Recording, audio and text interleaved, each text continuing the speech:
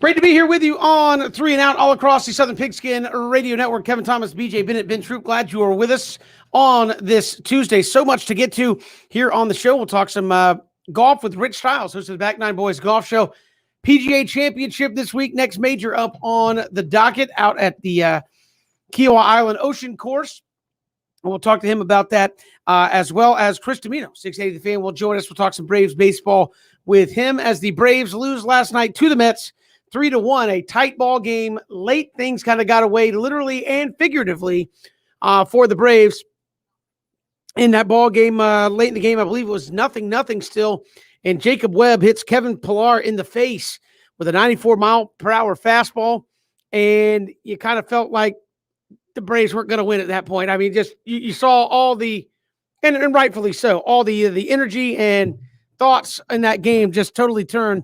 You felt for Jacob Webb, who was obviously shaken up about it, and the Braves never really recovered from there. They lose it 3-1. They get an Austin Riley homer late in that ball game. But now 3 games out in the East. Tucker Davidson against a to be determined tonight. So a guy with 1 game experience in major leagues, BJ, against we'll wait and see for the Mets. Yeah, very scary stuff. As you mentioned, with the Pillar pitch that hit him in the face, and you wish him the best. And that was just really startling. Very scary, and it was a very difficult situation all the way around. And again, you're wishing Pillar the best there. But a big game tonight. You had a good, solid effort from Max Fried, and unable to get anything going offensively. Gave up some runs late out of the pen. You kind of wasted a good start from Max Fried. Gave you 6 strong, 8 strikeouts, just 1 earned run. So now you go from a known commodity in a big series. Again, the Mets first place in the National League East. You go from Fried to Tucker Davidson, who I think tonight will be his first start, second appearance in the majors. Had an inning and some change last year, but kind of a relative unknown. And maybe you can catch some lightning in a bottle with Davidson potentially. You never know. I think you got to be prepared for anything tonight, just because you don't have much experience to go off of here with this guy. He is 25 years old, so he's not 2021.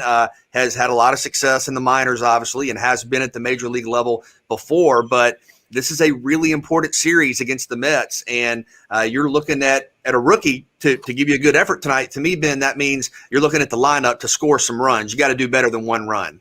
Yeah, but the whole thing about it is too, though, Kevin and BJ, when you look at the fact that, you keep going. Obviously it's going to come down to, what happened yesterday with, Kevin Pillar, and Jacob Webb, but Max Fried pitching enough to, he put you in a position to still go out there and win the baseball game, and then you go to the bullpen and they give it up again. I know it's hard to recover when you saw what happened, at the mound yesterday, when the player gets hit in the face, but you go from one of your best pitchers, in your rotation or in your starting rotation to a relative unknown.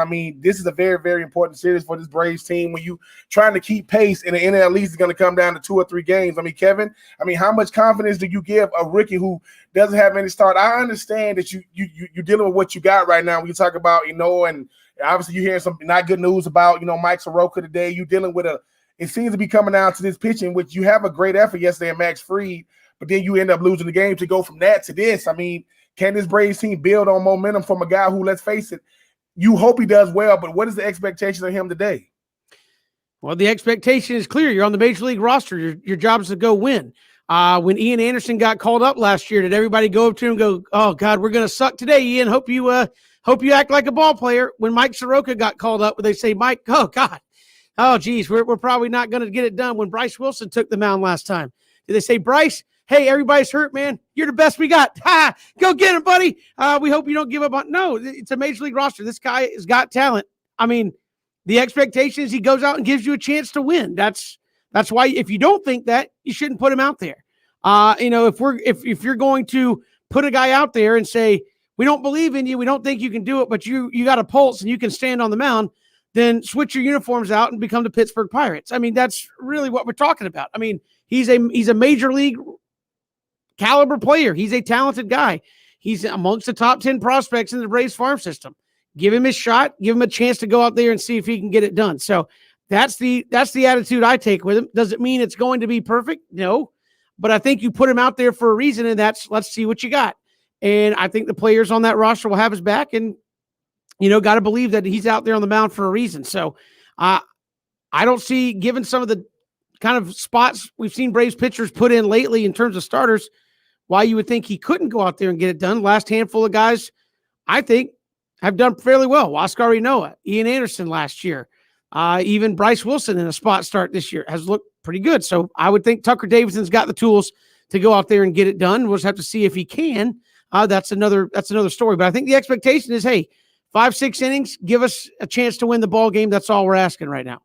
Well, I think some runs early would help. Obviously, it's really difficult to feel like you have to pitch perfectly. And look, Davidson, aside from this being his first ever start, understands what's going on here. You're in a big series with the Mets. You're 3 games out. You're kind of reeling a little bit when you talk about the last week or so, and you need a win. And he knows that around the organization, maybe some more questions about Mike Soroka. Huascar Ynoa obviously going to be out for, quote, a while. A couple of months is the speculation. He knows the storylines, and I'm sure he's feeling the pressure. And Ben, I know you've talked about from the standpoint of an athlete, hey, that's a good thing to feel pressure. But what I'm saying is I think that pressure's got to be shared. It can't just be on a 25-year-old rookie. It's got to be on the offense. And the Mets were pitching great yesterday, but you got to do better than basically one big swing from Austin Riley. I think that for a good portion of that game yesterday, Max Fried had the only hit for the Braves, maybe going into the 7th inning or so. So the offense has got to get going, and I think that's how you help out a young pitcher. Davidson knows what he has to do, but I would imagine your mindset is different if you're pitching in a 0-0 game than if your offense gives you a couple of runs in the first or the second. That's got to help. So, look, we know the Braves can hit home runs. We know that. Lead the majors in home runs, but got to manufacture some offense when the home runs aren't there. And, you're looking obviously at Freddie Freeman, at Marcell Ozuna, at Ozzie Albies, guys in the middle of that, Dansby Swanson, to be a little more productive. And I think that's going to be a big key for Davidson, because he needs to feel like he can just go out there and pitch and not look up at the scoreboard and feel like he has to be perfect every frame. Well, doesn't that seem like the thing we be talking about every other day, though, when you talk about this Braves team? I mean, yeah, the pitches, it's hard to compare anything to starting pitching and when you talk about, pro sports. But, yeah, BJ, you would always want this offense to get going, to give them some runs. But what if Tucker Davidson goes out and pitches well, gets some runs? He has nothing to do with the bullpen. And that's the thing. It's like we cannot avoid the fact that Snit is not going to let Tucker Davidson stay in the whole game. I do think the Braves show some fight. It's not like they're getting blown out. This Mets team is good enough to beat anybody they play against. I just think that when you start talking about, every portion of the game got to do its part. You talking about the starting lineup. You talking about the bench. I mean, you talk about the going to the bullpen. I just think that when you look at this Braves team as a whole, you got to get in all the phases. One thing looks good and something else looks bad. So then I think tonight, you get a chance to have a young guy go out there, and this could boost a lot of confidence. I mean, look at what the offense did for Ian Anderson with his first start. He just built on that way, well up until now. You look at a guy like Tucker Carlson. If he doesn't have a good outing, can his offense bail him out?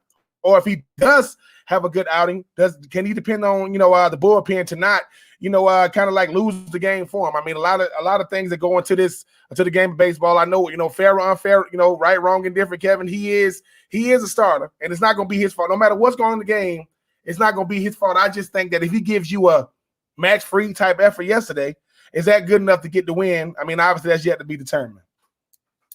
If he gives you a Max Fried effort yesterday, if you don't win, that's not his fault. It's somebody else's fault. No, I mean, yeah, I think he'll be all right. And again, we don't know who he's even matching up against. So obviously the Mets are trying to work through some of their own issues there to try to get their pitching straightened out. But yeah, this is a Braves team, I think, that just needs a confidence boost of some kind. You've had a lot of nicks and bumps along the roster.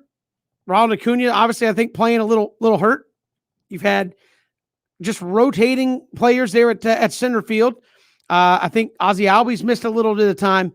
There were some bumps and bruises. Your pitching staff has been a merry-go-round in terms of who's hurt and who's not. We found out the Mike Soroka news late yesterday before the game, that the exploratory surgery didn't really reveal anything, and they're just still trying to figure out what's going on. And Brian Snitker saying we don't expect him back anytime soon, maybe not even this year. So that is, not good news at all. So I think this is a Braves team that is like, hey, if we can play with the same roster for 5 days in a row, that'd be nice. So I think a win tonight would be great if they can get it over the Mets. I don't think it's just absolutely devastating, but you need some good positive momentum from a roster that is seemingly up and down every single day because of who can play and who can't, and what happens. It's like what's going to happen today at the ballpark that might throw a wrench in our plans here. It's crazy, too, to think about the starting pitching because all preseason or kind of offseason, we heard folks say, well, look, the Braves, kind of ran out of starting pitchers a year ago, but now they're going to have plenty because you think about, the guys you've signed and some of the young guys that are ready. And because of injuries and unforeseen circumstances, you're in a similar place in some respects. Now you're in a better place. Obviously, you have more options, but in terms of kind of the 5, 6, or 7 you thought were going to be the go-to guys by the time you got into mid-May, you're not necessarily looking at that situation or set of circumstances anymore. And I don't know how many people projected that Tucker Davidson would be getting a start by the middle of May. Maybe some did, because you're right, Kevin. He is a player that, or a prospect that's highly regarded. I think he's considered one of the top 10 prospects in the Braves organization. But Inoa, for being spectacular for a large stretch of this year, he's out. Soroka, I think most of us, if you go back to the preseason, thought he would be back by now. And maybe that wasn't fair. And then you've had some of the ups and downs from Smiley and Morton. Ian Anderson's been really good. Max Fried looks like he's back to kind of what we expected him to be, but more questions with this starting rotation. I mean, let me ask you this, Kevin, in your mind with Davidson, is this kind of a one start deal to kind of reset things, or is he potentially pitching for a chance to stay? I mean, I think everybody's pitching for a chance to stay. With Huascar Ynoa out, obviously Mike Soroka's spot in the rotation is up and going as well. I think everybody's pitching for a chance to stay. It certainly doesn't hurt your case there as well. And I think if you are talking about the Braves pitching situation, you have Bryce Wilson, who would love to get an opportunity.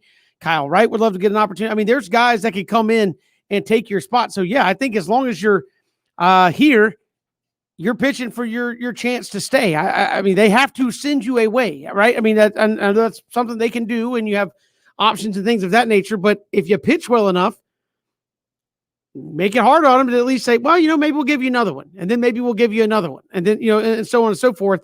If you pitch poorly, it's pretty simple. You're out. Bryce Wilson's back up here. I mean, it's hopefully it's not that, because I think the last thing this team needs is a rotating door there in the 5th starter spot of this rotation to trying to see who they can get on fresh rest each and every time they need to go somewhere for a start. So we'll see what the Braves do here after Davidson tonight. I think Charlie Morton set to pitch tomorrow.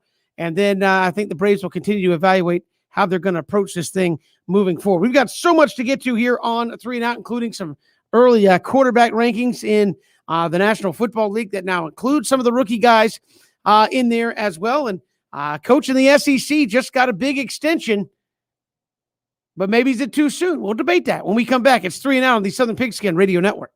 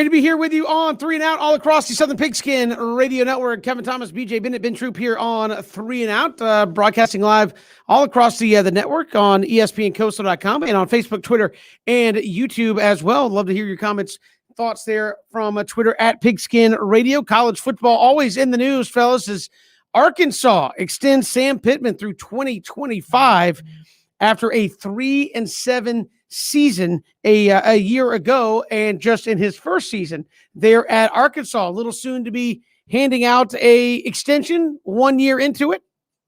No, I think it's smart. I think you can look at kind of the trajectory of Arkansas and see that the program is moving in the right direction. And you're talking about, unique circumstances, of course. 3-7 is not a great record, but understand that you're playing an all SEC schedule with that record. So, it's hard to kind of just assume what would happen. But if you just look at a regular schedule and guess that Arkansas might have a couple of games non-conference against teams they're more talented than, maybe that's a 5-win season, maybe that's a 6-win season, potentially maybe even a 7-win season. But what's really interesting, and I think hopeful if you're an Arkansas fan, is the progress that was made. I mean, normally year one for a coach is kind of a transition year, and you don't always see the dramatic success. And I'm not saying 3 wins in the SEC is dramatic success, but relatively speaking, it kind of was, because a lot of people have forgotten this, Ben,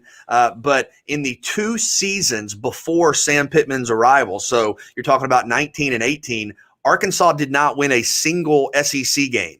So in 2 seasons, they went winless in conference. And then in Pittman's first year, they won 3 SEC games. And beyond that, they lost 3 games by 3 points or less. Auburn, LSU, and Missouri. And those were all teams that were, at worst, kind of fringe top 25 for a portion of the season. So I think Arkansas had a successful year last year. I think it's more successful than maybe you initially think when you just look at the record, understanding that it was a conference schedule. You had 3 wins, you had 0 the 2 years before, and you almost had 5 or 6 wins. And then if you're into the recruiting rankings, I know that matters to a lot of people. Arkansas right now is 12th in the country in team recruiting rankings on 247 for 2022. Now, do I expect it to end this way? No, but right now they're ahead of Alabama, they're ahead of Florida, they're ahead of Auburn, programs that are traditional kind of recruiting powerhouses. So you had success that was an outlier compared to the previous 2 years in a difficult set of circumstances, and you're recruiting really well. You have a guy that is familiar with the program, obviously was an assistant at Arkansas prior to being hired as the head guy. I think it's the right move. Yeah, I think sometimes we get too caught up in the wins and the losses. I mean, Arkansas is always going to be like the Vanderbilt of their side of the SEC, just scratching and clawing to get to those 6 wins. I mean, BJ, something we talked about yesterday. We don't celebrate 6 wins enough in college football as if to say everybody's doing it. I mean, you look, every conference is top heavy. If you're looking at the best teams in the conference, of course, they're fighting for position as far as like trying to be the team to get a chance to be one of the last 4 teams standing. But the thing about Sam Pittman is they giving him a contract extension because maybe he's changing the culture. I mean, no one expected Arkansas to win a game.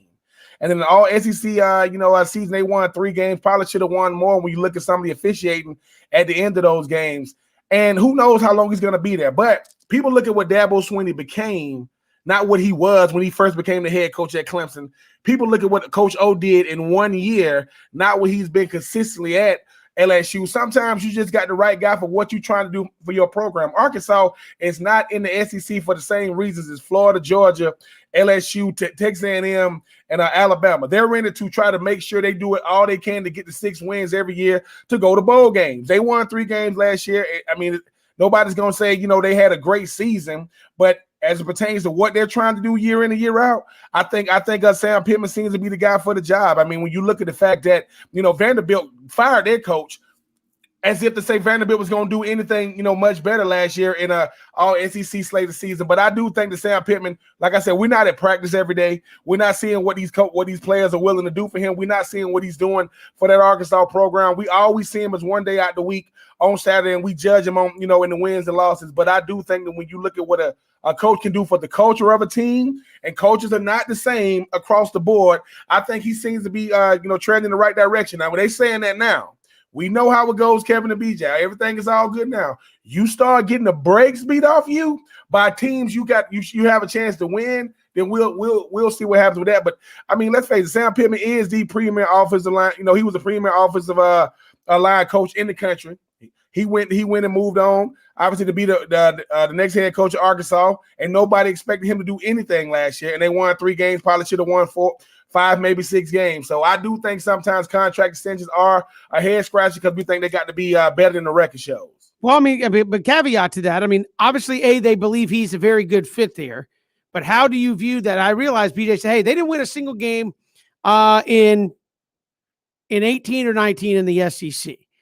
But that being said, how do you treat their performance in 2020, given COVID, given that we saw teams as the season went on, guys were opting out, a couple of teams, I mean, Vanderbilt, I know, same time, but Vanderbilt decided to not play their last game or so. But how do you treat the 3 wins there, knowing that you didn't necessarily have the full preparation you normally get?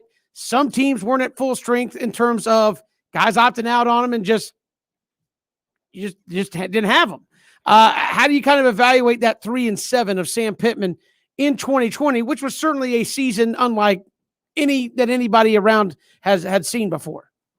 I think they exceeded expectations. I mean, like Ben said, you go back to some of the preseason talking points. A lot of people said, hey, they're going to be last by a wide margin, in the West, and, they're probably not going to be competitive. And I think wins are one thing, but Ben, you've talked about this, a coach's job is to kind of set the table, kind of start the foundation. A coach isn't out there making plays. And I think what you want to see is competitiveness. And like I mentioned, 3 wins. And then think about this: against Auburn, they lost on a last-second field goal. Against LSU, they lost on a last-second field goal. Against Missouri, they lost on a last-second field goal. So these were not, mistakes made by the Arkansas staff or Sam Pittman, or, it's just football, not blaming anybody. It just is what it is. But I think you look at the schedule, and for the most part, and I'm looking back at it, against Alabama, you weren't competitive. You gave up a lot of points to Florida, and the Georgia game got away from you in the second half. Okay, those are 3 of the best teams in the country.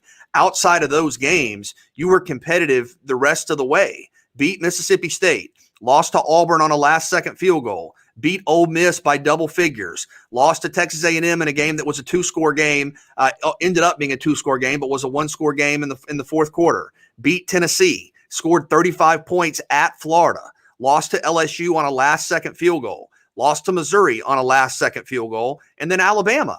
I mean, for a program that had very modest outside expectations, you were competitive. You were pretty balanced when you think about offense, defense, passing, running. You have a lot of recruiting momentum. I think we're too quick to fire coaches a lot of times, or, feel like you need a coaching change in college football just overall. But I think when you look at Arkansas's week-to-week performances, they were largely competitive, including having success they had not seen in a couple of years in a season where people did not expect much out of them from the outside looking in. Yeah, and I think, like I said, I think it just goes back to the culture of what Arkansas is trying to build. I mean, most of the time when you talk about coaches or teams in general, I should be able to give you a team where you should say, oh, this is what they're known for. Well, Arkansas, what are they known for? Scratching and clawing, trying to stay afloat, trying to stay relevant, not trying to be the bottom feeders year in and year out in the SEC West that's super duper loaded. 3 wins, in an SEC West. I mean, the thing is, their crossover was what's their first game, Georgia? Like the schedule comes out, they go, "Hey man, we threw some names in the hat, Arkansas. Y'all get Georgia." I mean, if you Sam Pittman, you like, you know what, dude? I am doing my best to not call y'all what y'all acting like right now. Y'all know how hard it is. Now Felipe Franks had a lot to do with that, right? I mean, to lure Felipe Franks away from Florida when he knew he was going to have to go back down to Gainesville and play. I do think 3 wins is not always going to be judged the same. If the best teams in the conference won 3 games, yeah, those coaches are going to get fired. They're not getting extensions. If the worst team in the conference wins 3 games when they were picked to win 0, that's a good job. Because most of those dudes weren't even on the team a year ago when you talk about some of these key contributors. So I do think that you got to always award coaches according to what your culture is, not what the national culture is. The culture is always going to be different in Arkansas. I think for 1 year, Sam Pittman lived up to it. But Kevin, 3 years won't get you – that won't get you no smiles this year because you got the non-conference schedule to add to it. Yeah, sure. And again, I think BJ said it correctly. If you schedule the way Arkansas traditionally has in the non-conference, if you just repeat what you did last year, that's 6 wins, you're in a bowl game, and probably everybody's really happy, at least in the short term there in Fayetteville. We have so much more to get to here on the program here on this Tuesday. Rankings for quarterbacks, right, including some of the rookies now, and are we just in love with certain players before they even do anything? We'll talk about that and more. It's 3 and Out on the Southern Pigskin Radio Network.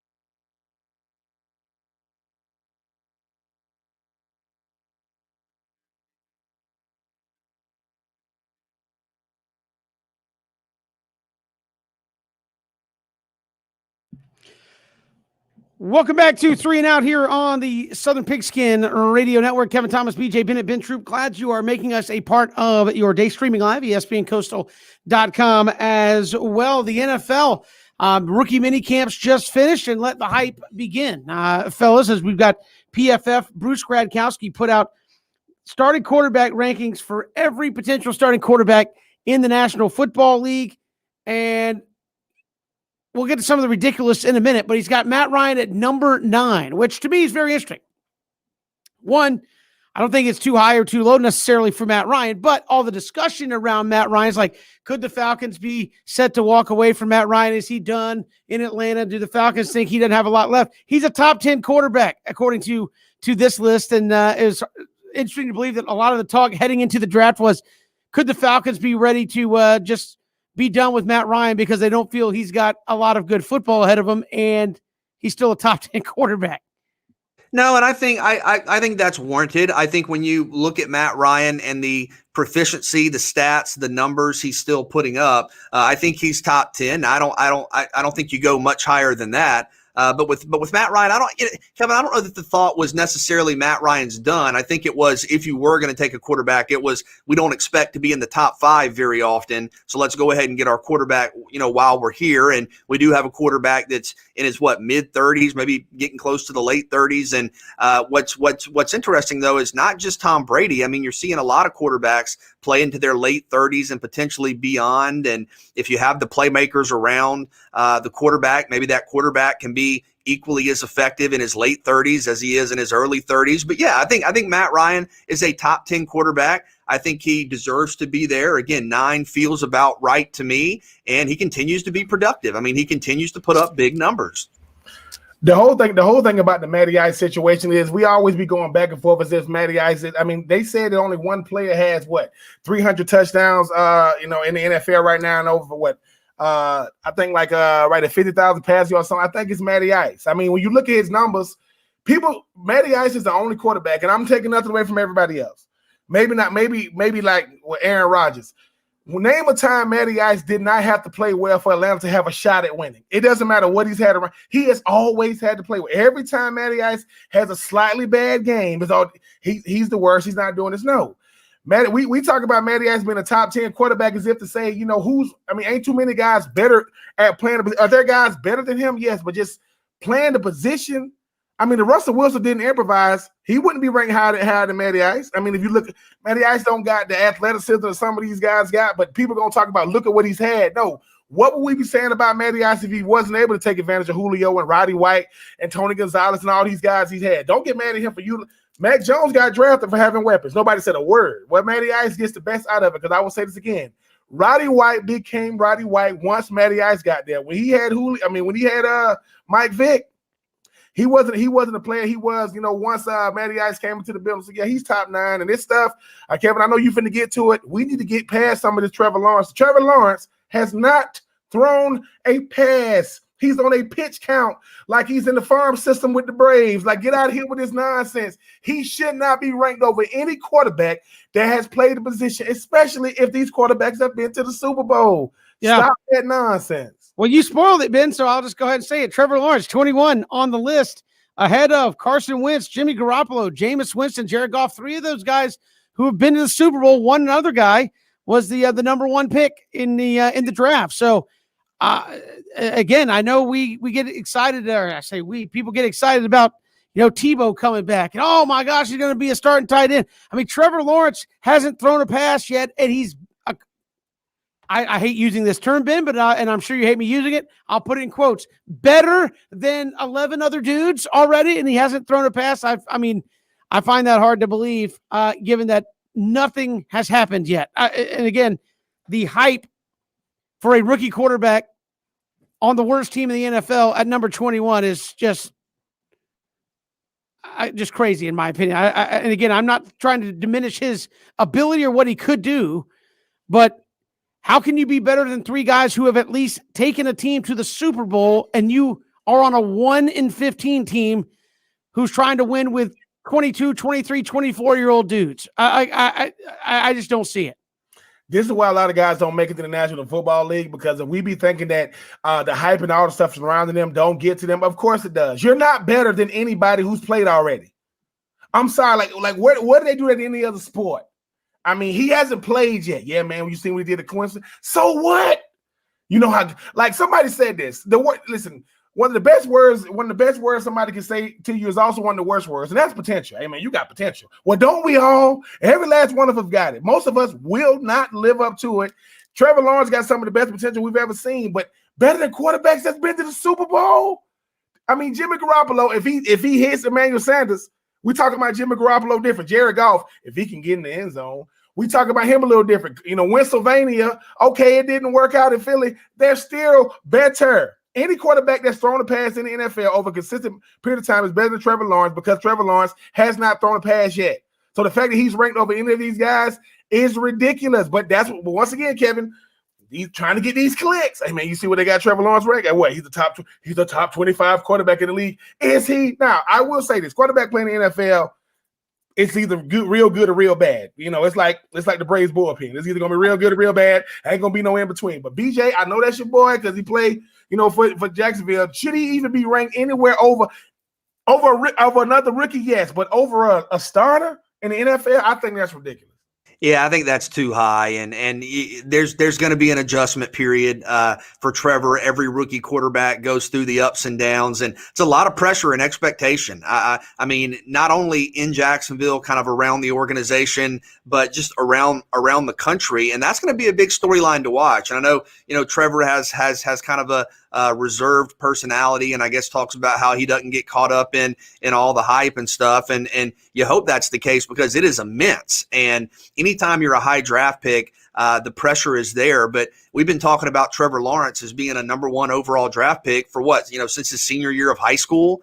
Comes in right away at Clemson, has immediate success, and only validates and affirms some of these talking points about not only is he a potential number one overall pick, he's a generational prospect. He's going to save the franchise of the, you know, lowly Jacksonville Jaguars, who just won one game, can't sell tickets, got their home games being moved, you know, got tarps in the stands. Okay, now Trevor Lawrence single-handedly fixes all that. That's been the talking point and kind of the speculation for a long time, and that's a lot.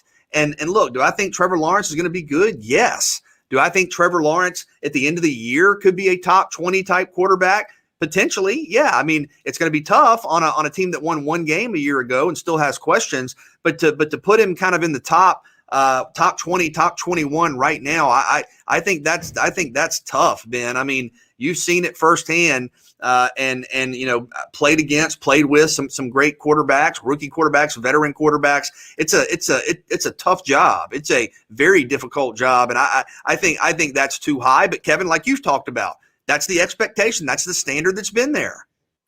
I mean, I think that's a standard we created. I mean, for some of these guys, because we say they're trying to argue, is Matty Ice a top 10 quarterback? Yeah. I mean, and I could get if we were saying it's Matty Ice a top 5, but yet listen, and Matty Ice, I don't know, is a future Hall of Famer if he keeps up what he's keeping up. Trevor Lawrence hasn't played. He's 21. He's never played. He's coming off injury. They got his running back playing receiver because he can't even hand off to him. I mean, all I'm saying is this is what happens when you, like, you know, when you start talking about who's a good player, who's a bad player. This is where the best players in the world play. I get it. Does Trevor Lawrence have top 21 ability? Of course. Every quarterback in the league does. Brian Hoyer just signed another one-year deal, you know, with the New England Patriots yesterday. When Brian Hoyer was with Cleveland, he had some moments. We don't know how none of these quarterbacks are going to end up outside of the ones that we've seen year in and year out as far as like their level of consistency. All I'm saying, BJ, is when you talk about a guy like Trevor Lawrence, yes, he was going to be the number one overall pick no matter what draft he came out in. I just think that when you already ranking him before he's done anything at the pro level, it's dangerous. It's not his fault. I think we, you know, be shaping these narratives for these players because it's almost impossible to live up to that number one overall pick billing. But Trevor Lawrence is already getting top 21 rankings, and all he did is threw 50 passes, did a press conference, you know, got off the field. But we'll see. Yeah, the hype is already building, and the I think the hype train has left the station on Trevor Lawrence, to say the least. We've got more to come here on Three and Out. We'll chat with Chris Tomino from 680 The Fan coming up in hour number 2. It's Three and Out all across the Southern Pigskin Radio Network.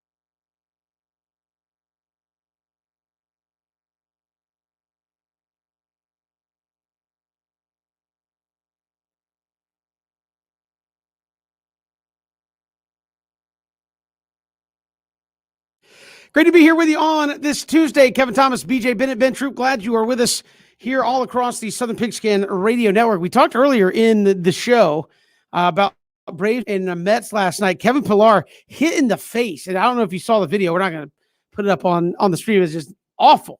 His nose turned a different shade of red and just blood pouring everywhere last night. But that is twice in the last month that you've had a guy hit in the face unintentionally with the baseball. Bryce Harper was one, and now Kevin Pillar.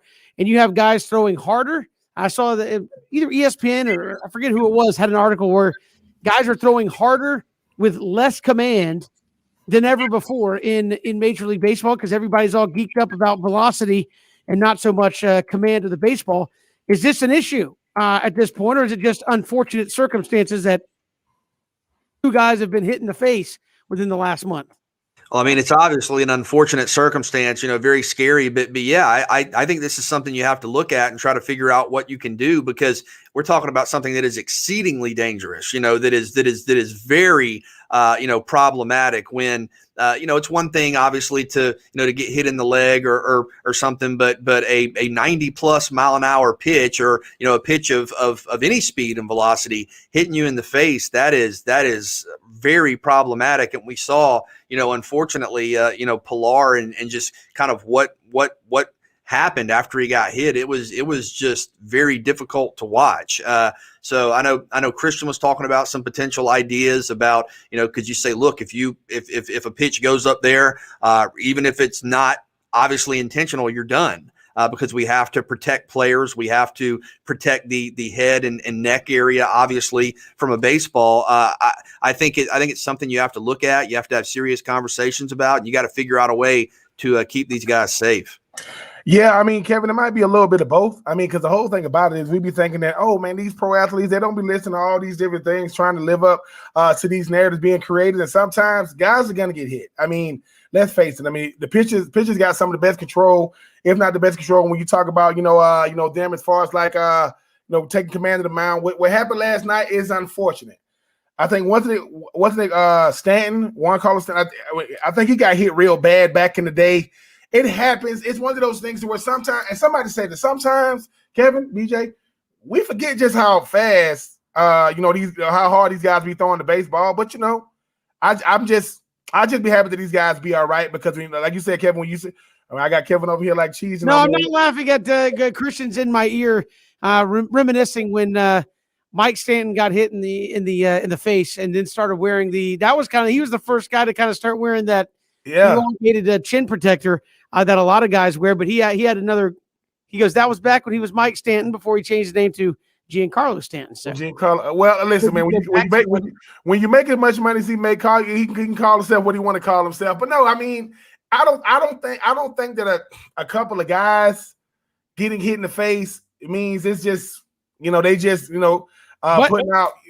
I mean, but there is an uptick in guys getting hit. I mean, Ronald Acuna has been hit more on average already than a guy like Chipper Jones. And I think, Christian was saying already this year, almost a batter a game is being plunked in Major League Baseball. That's up in terms of guys getting hit with the baseball. And that's certainly a control issue amongst your pitchers out there in Major League Baseball.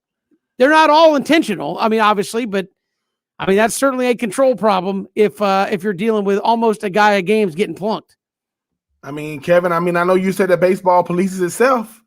At a certain point, these pitchers got to know, look, man, I get it. You guys throw a lot of pitches and someone get away from you. Well, if one gets away from you consistently, we got to listen. I'm not with the benches clearing. I don't need the bench to help me. When I get up off the ground, I get it. I stare somebody down a game ago. I bat flip. So here comes the policing. Well, they just getting hit now. Ain't nobody staring nobody down. Ain't nobody bat flipping.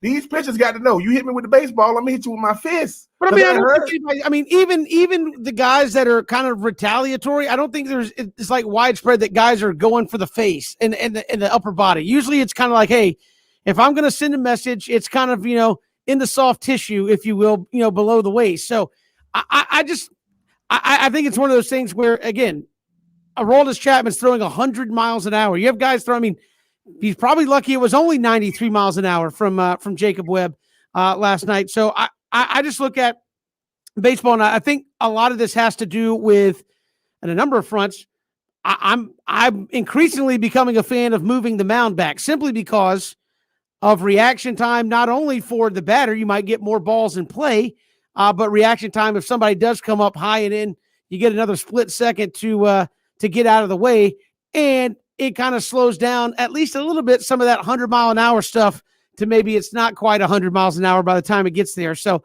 I think some of it could be a safety issue as guys are throwing harder than ever before. I do think it's something MLB should look at. We do all kind of things. I know I'm kind of the traditionalist. No, don't call me get off my lawn. I'm the traditionalist of anybody on the show when it comes to baseball.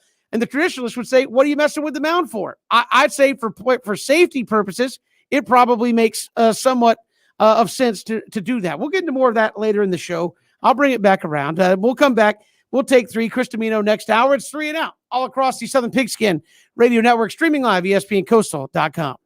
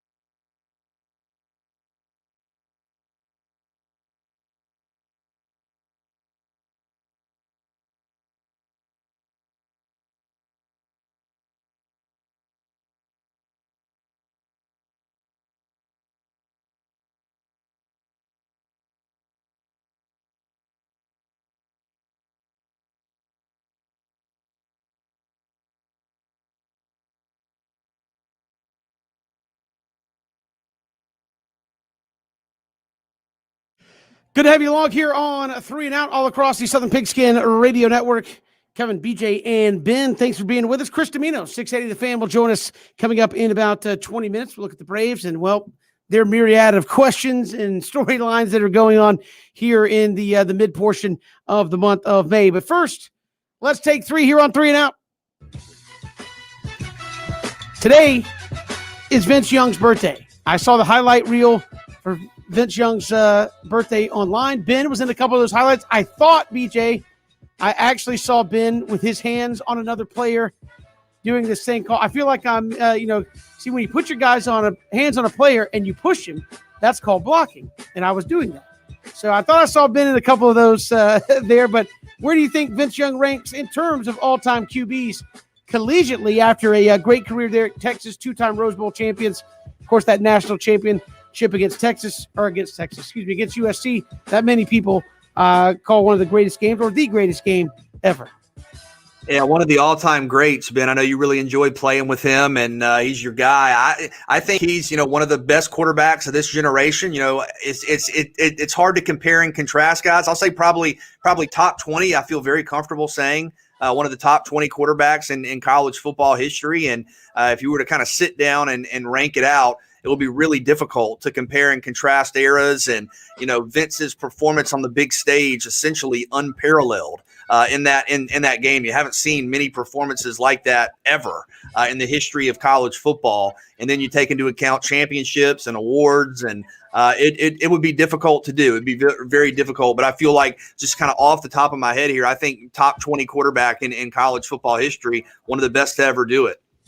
I feel number one, going back to Kevin's initial point. I mean, Kevin called it blocking. I was calling laying hands out there. I had to pray for some of those young men out there because they was living their life right. But no, BJ. I mean, when I think about Vince Young, number one, I was blessed enough to play with him in the National Football League. I have no problem saying that he's the top 10 quarterback because, I mean, when you do things right that the guys behind you try to do, Sam Ellinger, Mr. We're back. No, that got started by a guy like Vince Young. Vince Young shut down a three-peat. We were going to see a college football team win 3 in a row. I mean, when I did my little ranking, I saw it because I know VY might be listening. I mean, Tebow, Joe Burrow, Newton, Watson, Winston, Lawrence, Warfel, Ward, Leonard, then Young. And that's taking nothing away from some of the greats to ever go out there and do it. I mean, Vince Young did it at Texas. I mean, you talk about being able to finally bring that national championship under Mack Brown against a team like Matt Lyon, those guys who said it the year before, we want to put against those guys, 2 undefeated teams. So for me, VY the legend, man, he became legendary, at Texas. None bigger than 200 yards rushing for anybody in a national championship game. I don't care who it's against, it's going to be going down as legendary. He just happened to be the man. You couldn't stop him. So top 10 QB all time as of right now, as far as like his contribution to the game. Yeah. Tremendous talent there, and one of the greatest games ever played there in college football for the national championship. Can any game, this is take 2, fellas, can any game live up to that Rose Bowl? I mean, to me, when I think about the greatest game ever, I think about the 2013 Iron Bowl, and that's going to be it for me. Of course, that national championship game with the star power and the playmakers, and that's there. Yes, that absolutely is on the very short list. And if you want to tell me that's the greatest game ever because of the stage and the playmakers, yes, I'll hear you. But when I think about the Iron Bowl being the best rivalry in college football, or right up there, and you think about it being a matchup of 2 top 5 teams. You think about the winner obviously going to the SEC championship game, where whoever it was going to be favored. Of course, Auburn went on to, I think, beat Missouri and then play Florida State in the very competitive national title game that came down to the final play. But that's a game where the finish is just inexplicable. Chris Davis and the 100-yard return, the kick 6. And remember, Auburn fans were really mad before that happened because they felt like the refs gave Alabama an extra second on the clock to kick the potential field goal. And people were melting down going, how are they giving them a second? Nick Saban's getting another second. This isn't fair. And then, of course, it turns into maybe the greatest play in the history of the sport. So, yes, obviously the Texas USC championship is right there. But for me, just because of the rivalry, because of the finish on a play that wasn't even in anybody's mind. Like what wasn't even thought about as a possibility. I think it's the 2013 Iron Bowl. I mean, for me, I hate to give the Georgia Bulldogs any love, but that national championship is against Alabama. I mean, when you talk about the drama, when you talk about the fact that Nick Saban, somebody coming from the Nick Saban coaching tree, it's finally going to beat him. And when Alabama's kicker missed, I said, "Oh my God, Georgia's going to win it." And the whole thing about this, BJ, you talk about that's how Tua burst onto the scene. A true freshman who was throwing passes on running plays. Jalen Hurts, a 26-2 starter at that time, got pulled in the second half for a guy who barely played. You talk about Sony Michel and Nick Chubb and those guys coming back to win the national championship, to have Georgia be able to beat Auburn, a team they lost to in the regular season, to make it to play to the international. It was so much. And then you talk about a big play. Devonta Smith catching that pass, just shutting everything down when it was, 3rd and 13 or something may have you. I just think with everything that was on the line, with Alabama's kickers not living up to the billing like they haven't over, after all these years, I think for the game to end up the way it did, and for guys, Tua, who never won the Heisman, to throw to a guy who won the Heisman, that receiver 3 years later, I would say to me that definitely more than lived up to that Rose Bowl game. Yeah, I think the Rose Bowl game, Georgia-Oklahoma, was pretty good for a non-national title game there as well. Moving along to take 3, Georgia-Clemson will kick off at 7:30 on Saturday night, the opening weekend of college football. That game aside, what opening weekend game are you most looking forward to? It's Alabama, Miami for me, and I don't necessarily expect that right now to be a game that comes down to the final drive or two. I think Alabama will probably be a multi-score favorite, but you talk about two of the tradition-rich, iconic programs in the history of the sport.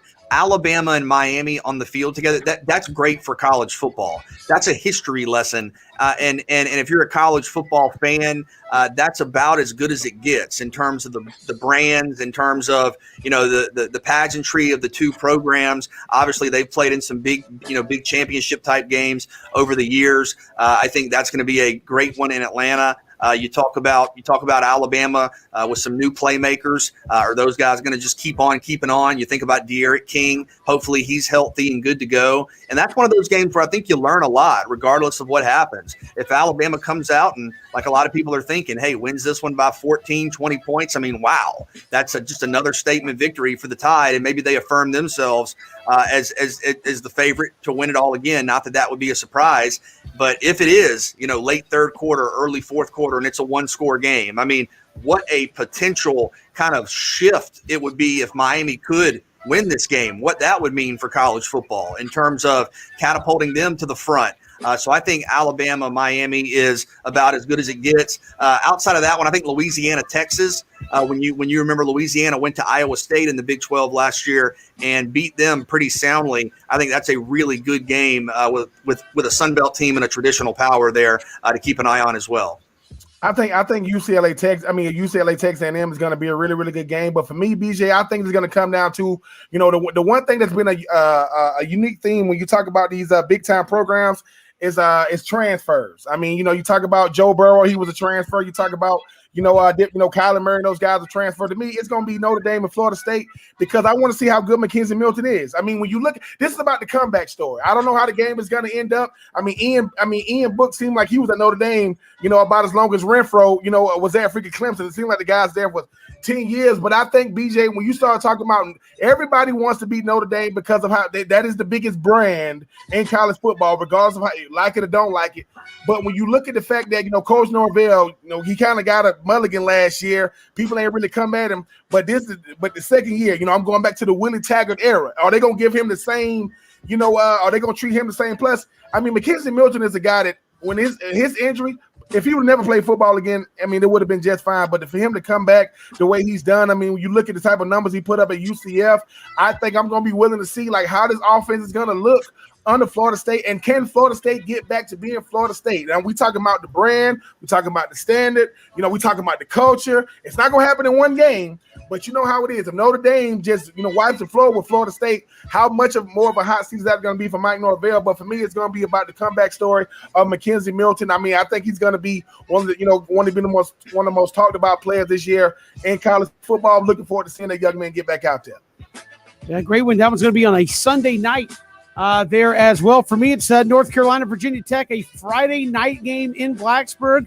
Mac Brown going to have all the hype with Sam Howell, Heisman Trophy contender, and it could all be over in week 1 in Lane Stadium in Blacksburg. And again, just the way things are going around the country in terms of stadium capacity and all that, you could be talking about Lane Stadium with fans full for the first time in nearly 2 years. That place is going to be on its head. That's going to be a wonderful game to get things started, and it can kind of set the craziness in the Coastal right off the bat and ruin a lot of North Carolina's, I think, dreams of could we be a playoff contender? Could we? A lot of that stuff could go, up in smoke there in week number 1 on a Friday night with North Carolina and Virginia Tech right out of the gate. So to me, that one a sneaky under the radar game that I'm looking forward to there week 1. Aside from some of the games that you mentioned, which will all be obviously storyline to death heading into the opening week of college football. I think that's the storyline too. I think that gets underplayed some as you forget, like the SEC and the ACC allowed some fans. I mean, for a lot of teams, this will be the first time they've had a full stadium in 2 seasons or 2 years, basically. I think that's that could be a huge advantage in some of these opening week games. We're like, finally, we get to come back and play in front of people, and how rowdy are those fans going to be when you get to that opening kickoff? Yeah, and I think some of these games, you think about the high profile nature. I mean, the anticipation, like you said, Kevin, for that game day atmosphere is just going to be off the charts. But yeah, some huge games, not only conference games, which is kind of interesting, but national national ranking type implication games as well in week 1. I mean, I'm just saying, not to cut you off. I mean, I am also looking forward to that Ole Miss Louisville game. You talking about it all come crashing down? Lane Kiffin's look at the second year in Lane Kiffin's offense. They always seem to take a step back. Nothing more than Louisville want to dash those hopes week 1. Yeah, the week 1 heartache is what we certainly all look forward to. That's Take 3. We do it every day here at this time. We'll come back. Chris Domino, 680 The Fan, will join us here on 3 and Out all across the Southern Pigskin Radio Network.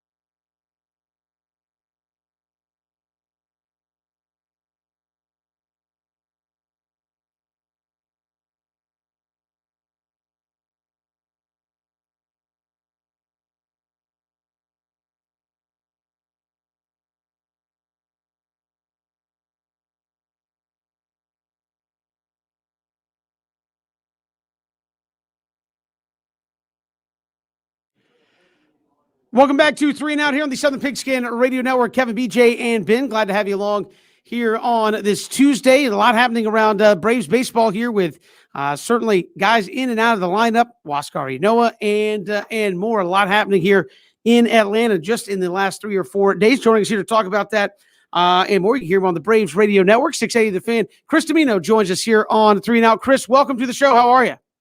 I'm doing well, guys. How are you? Doing fantastic. Obviously a wild couple of days here for the Braves. Huascar Ynoa out for 2 months for punching a seat, and obviously no good news on Mike Soroka. I mean, has this team, in your estimation, gone 4 consecutive days with good news regarding their roster at this point? Yeah, I was dumb enough to say yesterday afternoon, let's just get to play ball and maybe something good will happen. And then it really didn't. The Ynoa thing came out of nowhere. Obviously, they knew it internally. It gets announced on Monday. And, you can debate young guy, hot-headed moment. He's going to learn from it and everything else, and that's fine. I'll get to that point. But you turn into a bad teammate for a second, and I know he feels terrible about it, and he's going to have to be picked up about it. He knows probably when you talk about maybe being the best pitcher on the team what this means, as now we have another open audition to have a guy join the Pips. And I don't even know who Gladys Knight is anymore. Like, that's the other problem. I don't have a frontline guy. I thought it was going to be Mike Soroka, take him off the board. Thought it was going to be Max Fried, good, a little inconsistent, but getting better, but then he has to come out of the game last night. Charlie Morton has been disappointing, no doubt about it. Drew Smiley, maybe it's turned a corner, maybe it hasn't. So if you lose arguably your best starting arm because of self-inflicted stupidity, it gets really tough. And I'm sorry, I know he's young, and I know that maybe he just hadn't really figured out how to compartmentalize a bad outing, but you just can't put yourself and your team in harm's way when all is said and done. So, and then the Soroka news, I mean, my goodness, that doesn't sound like anything that's really going to be good at the end of the day, because if you're telling me you won't know until he can actually go start walking around on it, I'm not even sure that, we're going to see Mike Soroka around here at any point this year, especially if you have to play we now have to ramp him up as if it was a brand new season and then some. Tucker Davidson tonight. What do you know about him, and what are the expectations for his starting debut, I believe? I know next to nothing. I know he's had a couple of good starts in the minor leagues, which is good because it seems everybody's hitting home runs and, cracking doubles and scoring a bunch of runs in the minor. So if a guy goes to a .5 ERA in a couple of minor league starts, that's good. He's getting an audition. And, he's gone to bed the last couple of nights probably knowing that he's getting an audition. Now, whether it's him, Bryce Wilson, whether it's Kyle Wright, I don't know how it's supposed to shake out. I know that in the pecking order of the guys least likely to by name and experience, he's the last of those 3 on that list. But here's the good news. Every once in a while, you just get to show people what it is you're going to do instead of have them guess what you're going to do. Do I have an expectation tonight? Not really. I'd like to think I see a guy who's got a little bit of command. If something doesn't go necessarily right, he's not kicking dirt and walking around the mound. I hope he's got a little bit of presence. Might be asking too much, but I hope he's got a mound presence tonight, and we'll see. I'm not trying to play the fortune teller game with a guy like this because I can certainly wish for something, but the reality is I have no idea. It's not a great Mets lineup. They're certainly banged up, so I guess on paper that helps. But you just don't know. Can he get into a rhythm? Can he have a nice 11 or 12 pitch first inning where he feels good about himself, or is it going to be a scuffle? And the big thing around here is throw strikes. I can live with solo home runs. I can live with getting beat by a guy who's got experience and is better than you at this point in both of your careers. But to watch Jesse Biddle the other night and to watch at times Sean Newcomb nibbling, certainly to watch, unfortunately, what happened with Webb last night, it just sort of stinks. And if I'm asking for a guy to come riding in and not save the season, but help save a night, I'd like to think he's capable of that. But we'll find out. I'd imagine by 7:40 tonight, we'll have an idea whether this is going to go well with the 7:10 start. But Chris, I mean, no matter how good or bad Tucker does, I mean, with what you were saying, it sounds like more you was talking like more about the Braves bullpen than a pitcher you know nothing about. Because that seems like what it is when it comes to the Braves bullpen. What is the expectation? Not much. Just throw strikes, get guys out. Because no matter how the starters do it, you still got to go to that bullpen at a certain point. And do you remember a time the Braves bullpen had been this inconsistent? No, and here's the problem. There doesn't seem to be that little magical thing that they've had for the last couple of years, scoring late. They've already lost. I think last year, leading after 7, they were 23-0. They might have 4 losses already this year. And while 4 doesn't sound like a lot, remember we just passed May 15th, and a guy like Josh Tomlin, maybe you got every ounce out of him that you were supposed to, because I can't pitch him in a 1 or 2 run game. But I don't even know if there's a spot on a roster for a mop-up guy anymore, because quite honestly, we seem to be opening up that door a little bit more often than you want. We mentioned Biddle gone, Nate Jones gone, Carl Edwards Jr. gone. There's only so many times you can go to the well because the well goes dry. I don't even know who's left. I think one of the other things is when Shane Green gets back, it's certainly going to get better on paper on the roster. But Chris Martin doesn't seem able to go back-to-back right now. And I think the other thing that's happening is Brian Snicker alluded to it on Sunday, and I thought there was a little bit of agitation in his voice that, we're only 25% through the season. And I need help. I need help from the starting pitchers, and I need help from the guys that we put in when the quote-unquote core group isn't available. And that's what happened on Sunday. It went from 5-0 to kaboom, where you tried to come back, and it was sort of interesting at the end. Your bullpen, it's not a get up and shut it down type pen for sure. And the Melanson thing, I think, bothers people. $3 million, and I think he leads the world in saves now. It might even be less than $3 million. And then the other thing is watching Gausman and Alex Wood out in San Francisco. I think they're 8-0, both of them with sub-2s. Everybody goes, my God, we had those guys. Well, we didn't have this version of those guys, but it's just sort of what a fan does. You start longing for the girlfriend that broke up with you, the guy who left you. And that's sort of what it looks like with those two guys out there for a first-place team. Chris Domino, 680 Fan Braves Radio Network, joining us here on 3 and Out. Offensively, it seems like the Braves can score runs, but you look at Ronald Acuna has certainly done his part. Obviously, Austin Riley has found whatever he's been looking for. He's, I think, got the best batting average of the starters now. Where is this offense? Is it just everybody struggling and it's going to look bad because of the bad starts they all got off to? Or is this offense showing signs of being able to put together nice performances 2-3 games in a row? Yeah, that's the problem, is finding a little bit of consistency. And again, I don't, batting average, whether you agree with what its value is and everything else. Austin Riley is, I think he was 4th or 5th in the National League in on-base percentage, but it was singles and it was walks, and that's fine. That means his eyes gotten better. That means he's spitting on more pitches than maybe before, but it was nice to see the home run, because I'm certainly going to need him to drive in runs. And the problem is singles and walks, if the guys behind you aren't driving you in, it's sort of like chocolate cake. They're empty calories, and it's not a fault of his. I like the idea that he's being more selective. I do believe he's going to drive the baseball, and probably if he's putting the ball in play, he has a better chance to hit home runs than the guy who was flailing at times when he first came up, or after he first came up, and people either got the book on him or he just got a little bit over his head. Offensively, there's not a lot of, they scored 7 runs in an inning the other day, and it was so against the norm. There haven't been a lot of crooked number innings. I thought last night was a good example. 2-0, Ronald swings at a pitch out of the strike zone, dribbler back to the mound. Freddie takes a 4-pitch walk, and while I know Ozuna's looking to drive it to tie that game up, first pitch, boom, out. Ozzie, first pitch, boom, out. And the game was over, and I thought they were trashy at-bats. Trashy selection in the at-bats last night. I think I'm seeing a little bit more of that. I don't know if it's still the number guys. They might have actually been passed now. But playing against this weekend in Milwaukee, they had more home runs than anybody in the majors. I think at one point it was 56 homers, 28 solos. So literally like half of their home runs were solo home runs. And that's not run production. It's one at a time. And this team really hasn't exploded for a bunch of multi-run innings. So offensively, I probably need the ball in play a little bit more. I probably need a little bit better pitch selection, but I also need traffic. There haven't been innings where we've last night you had a closer who I think can get himself in trouble, and he has over the course of his career. You didn't let him. And I think at times I'm going, I can't string together 2 hits and a walk to create traffic. And when you don't create traffic, the day becomes a little bit easier for everybody on the other side. We've seen William Contreras play pretty well. How much pressure is on him right now, given the Braves' lack of options at catcher? Yeah, look, it's his job. And, when Travis d'Arnaud comes back, if he does come back, he's certainly, it's the second of a 2-year deal. So there's no reason to believe that you're going to go out and spend money on a catcher. So it's Contreras' job. I love the fact that he's getting on-the-job training. He's learning how to call a game at this level. And his offense certainly looks better than Alex Jackson, and his offense is going to be better than anybody else and any other option they have. So I don't mind it, but I think what you're asking is, can I afford to have a third of my lineup, the bottom third, the stupidity of not having a DH in the National League?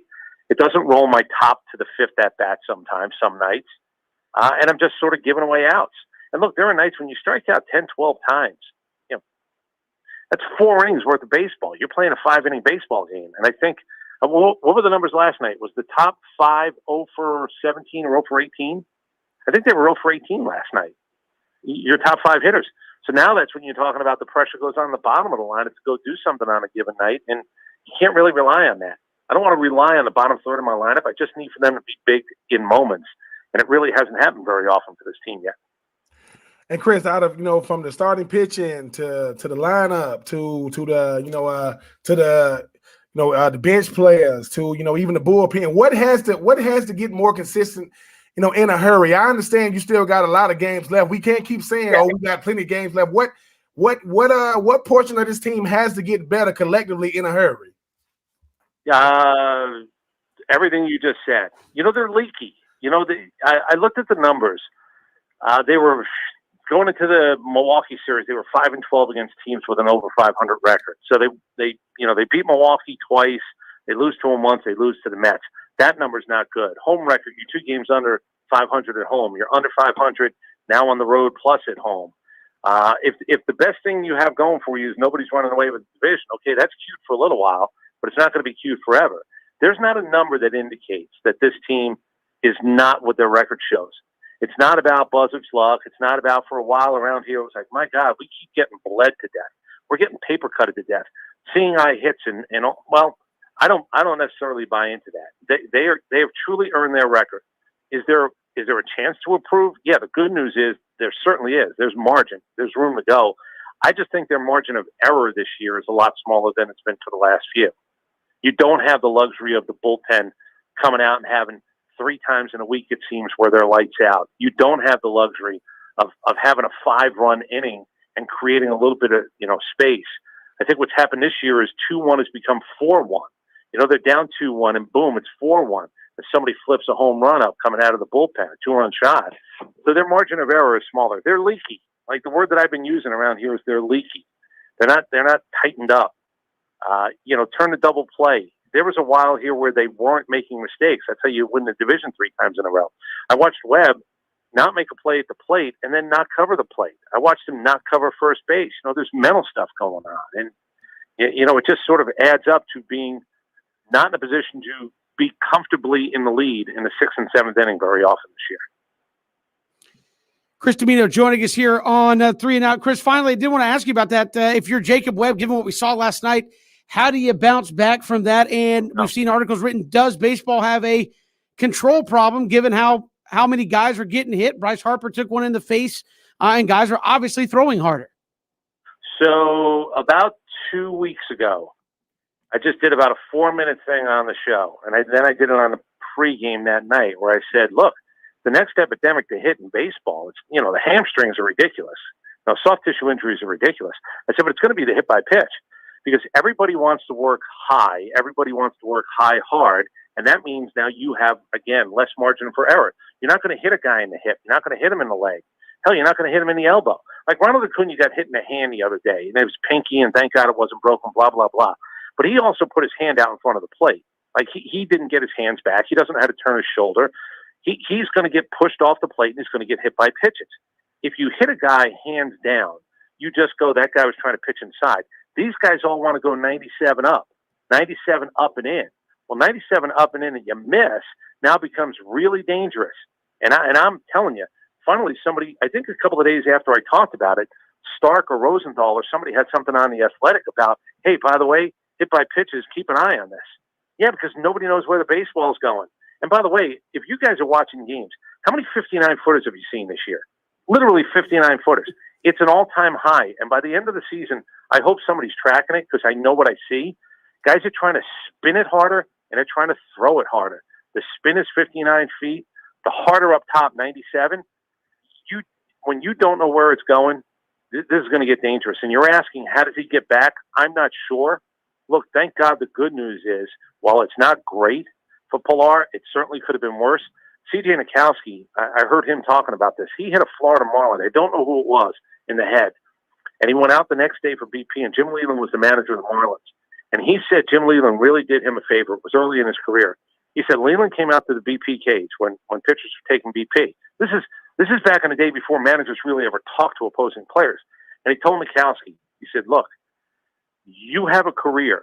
You can't let this derail you. We know you didn't try to hit him, but I also know that you got to get the spook out of your head. Here's what you need to do. You've got to get comfortable working up and in again. You got to be comfortable going inside, because if you can't go inside, son, you're not going to be here long. We know you didn't mean it. And Nikowski said that really coming from Jim Leland, had a lifetime career in baseball at that point. He said that really helped him. I hope somebody like that can tell Webb, whatever it is you're supposed to be, don't let this thing stop you from being that. And easier said than done. We'll find out the first time he gets a baseball in his hand. Pilar will find out, we talked to Jeff Francoeur, got hit in the jaw or kind of above it. And it's hard to dig in for a little bit. You got to get your mind right. And it's both pitchers and hitters. And I think there is going to be something closer to an epidemic of guys getting hit. And it's not going to be because guys are doing it on purpose. There's not as much head hunting as people think. What there is lack of control. And lack of control at 97. If you're digging in because you think you know what's coming, the ball starts to tail in on you and you can't get out of the way, the game is changing. It's harder to hit than ever before. It's unquestionable. I've asked 50 guys this.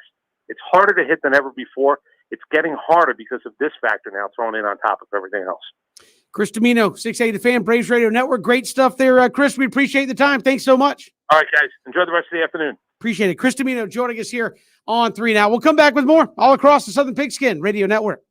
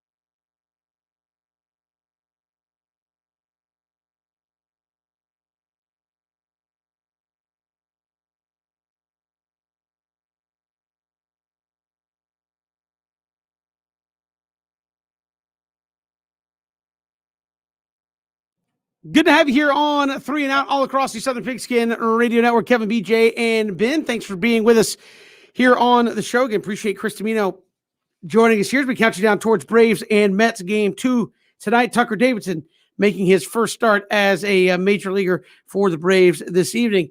I don't know what you're wanting to do here, Christian, because all I get was, hey, we got some interesting audio. So I guess you want the raw reaction from us here on the show. Little theater of the mind here for you guys, okay? I want you guys to all imagine that you are, and that includes people in the car right now, I want you guys to imagine that you are members of the Portland State basketball team, all right? You with me so far? Yep. You're getting a new coach. You're sitting in on the introductory press conference, all right? New coach, playing some college basketball. All right, well, maybe a breath of fresh air into this program. I think we've had a couple of tournament experiences. So let's see what this new coach has to offer. The other thing is I'm hungry and passionate. I don't eat breakfast in the morning so I can come to work hungry. So when I get to lunch, I'm hungry. And that's just the kind of person I am. I know my 2003 Chevy Tahoe's got a lot of play this week so far, but like, it doesn't have AC and it doesn't have heat. And the reason I do that is so I can practice my mental toughness during the winter when it's cold, and I can practice my mental toughness during the summer when it's hot. That's the type of person I am. Can you say transfer portal? Yeah, bro, like, practice your mental toughness in July in Southeast Georgia with no air conditioning. That's Jace Coburn. That's when you practice your mental toughness. That's Jace Coburn, the new basketball coach at Portland State. I'm not saying it doesn't get hot in Portland, no offense, but like roll around with no AC in South Georgia in July. I know, I've done it. It ain't helping my mental toughness. I'll tell you that. But I mean, whatever gets you up in the morning, I guess. If that gets you going, go for it. What does that got to do with his players? Like I understand that he's practicing but he don't got to play. And the thing is this, it's almost like this. Okay, so you got a car that don't got AC. Where he says it's 2003.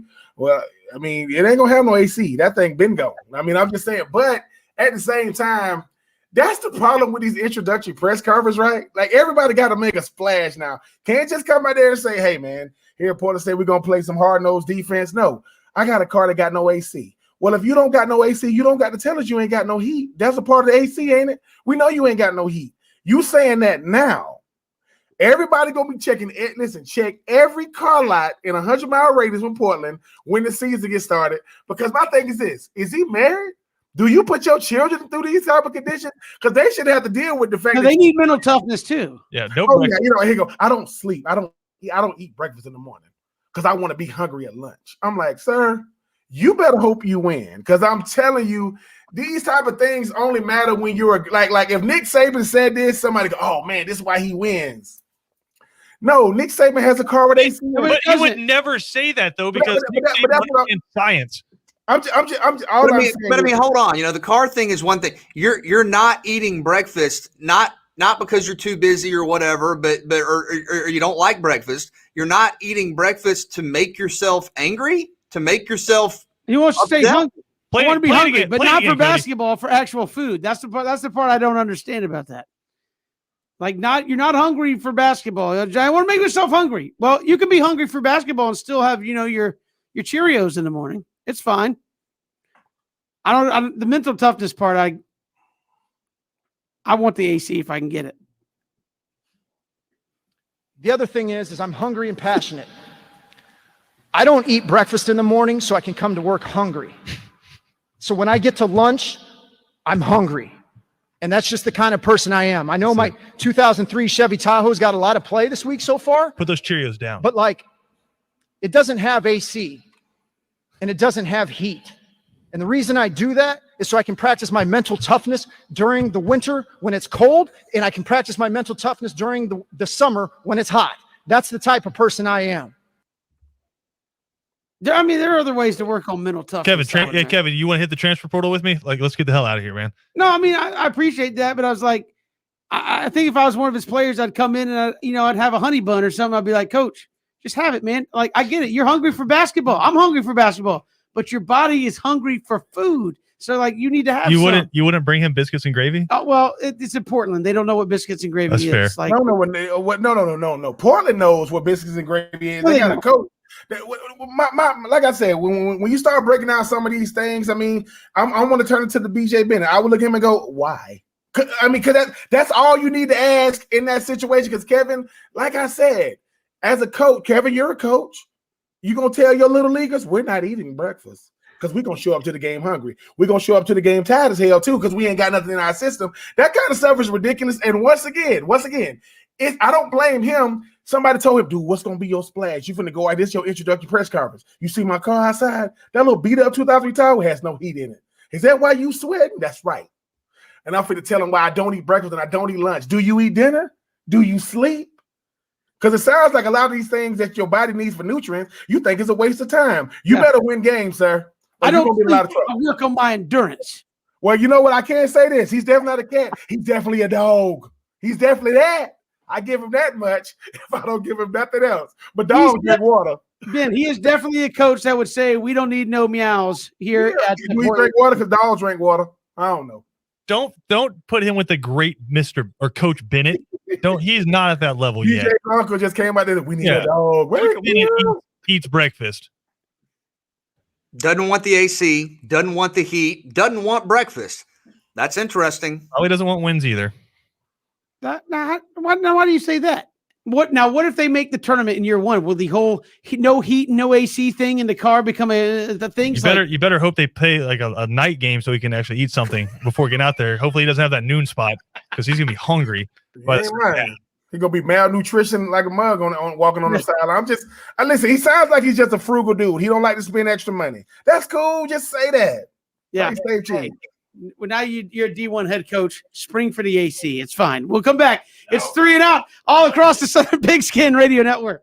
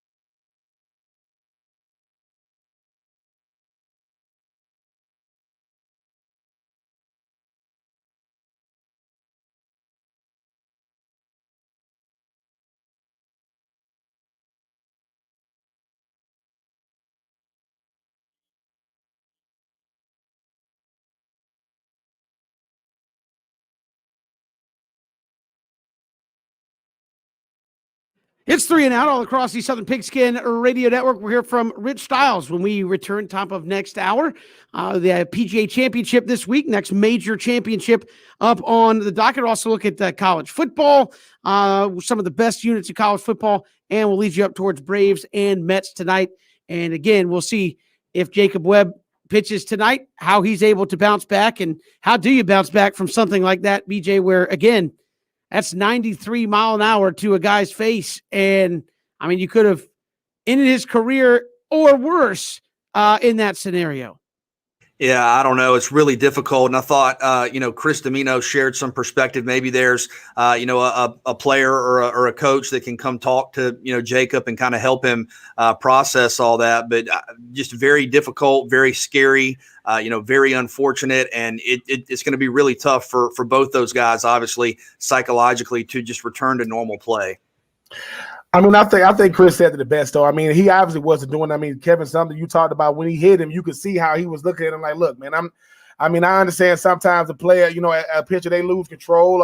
They don't have the same command they've had, pitch in and pitch out. But the compassion that he showed, nobody wants to see that. And I can appreciate, the live game broadcast trying to not just look at it over and over and over again. Sometimes pitchers get away from it, but sometimes I think we forget just how hard and how fast these pitches be coming. But he didn't mean it. I mean, he's gonna have to get himself together, man. I'm pretty sure he's gonna reach out to him to try to let him know, he didn't mean to hit him like that. But yeah, it happens sometimes. But unfortunately, it does happen. You just got to keep playing.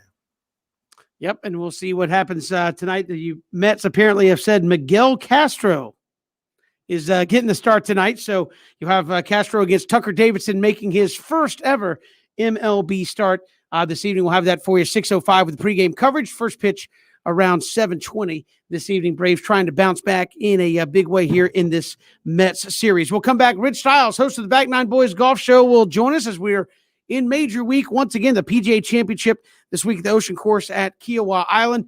And he'll join us to break that down ahead of play on Thursday. It's 3 and Out on the Southern Pigskin Radio Network.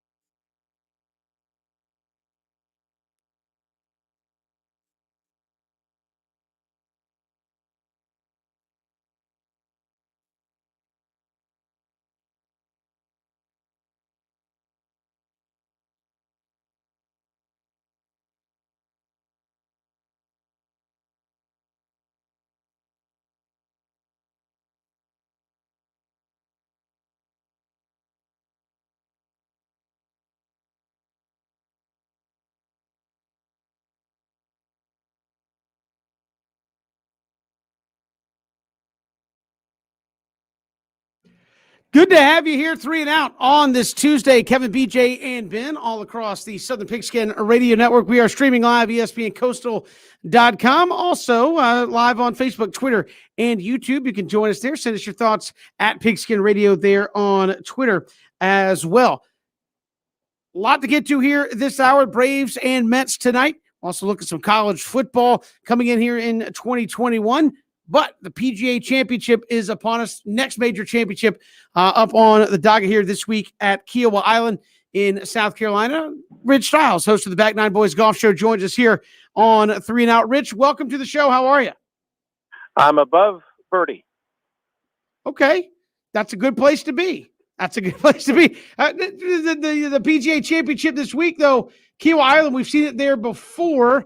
What can you tell us about the challenges there? Obviously, when you play in a coastal course there for a championship, what do you expect it to take to get a win this week?